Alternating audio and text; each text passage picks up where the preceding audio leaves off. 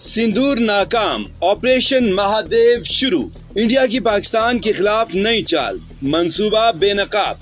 भारत ने ऑपरेशन सिंदूर की नाकामी पर पर्दा डालने के लिए नया मजमून फौजी मंसूबा ऑपरेशन महादेव शुरू कर दिया। सिक्योरिटी जराये के मुताबिक मंसूबे के तहत इंडिया की मुख्तलिफ जेलों में कैद अफराद को मारने के बाद पाकिस्तान की तरफ से सरहद पार दहशतगर्द करार दिया जाएगा।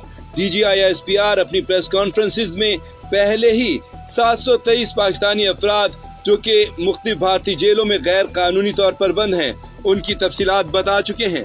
इसके अलावा 56 ऐसे पाकिस्तानी अफराद भी हैं जो भारतीय खुफिया एजेंसियों ने गैर कानूनी और जबरन अपनी हिरासत में रखे हैं।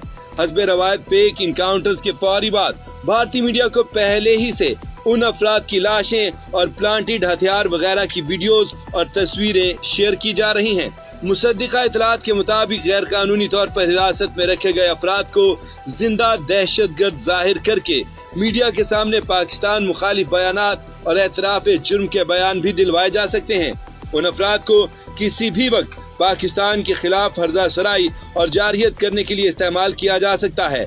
पहलगाम, फॉल्स फ्लैग और ऑपरेशन सिंदूर की नाकामी में हजीमत उठाने के बाद भारत मुकम्मल तौर पर बौखला चुका है।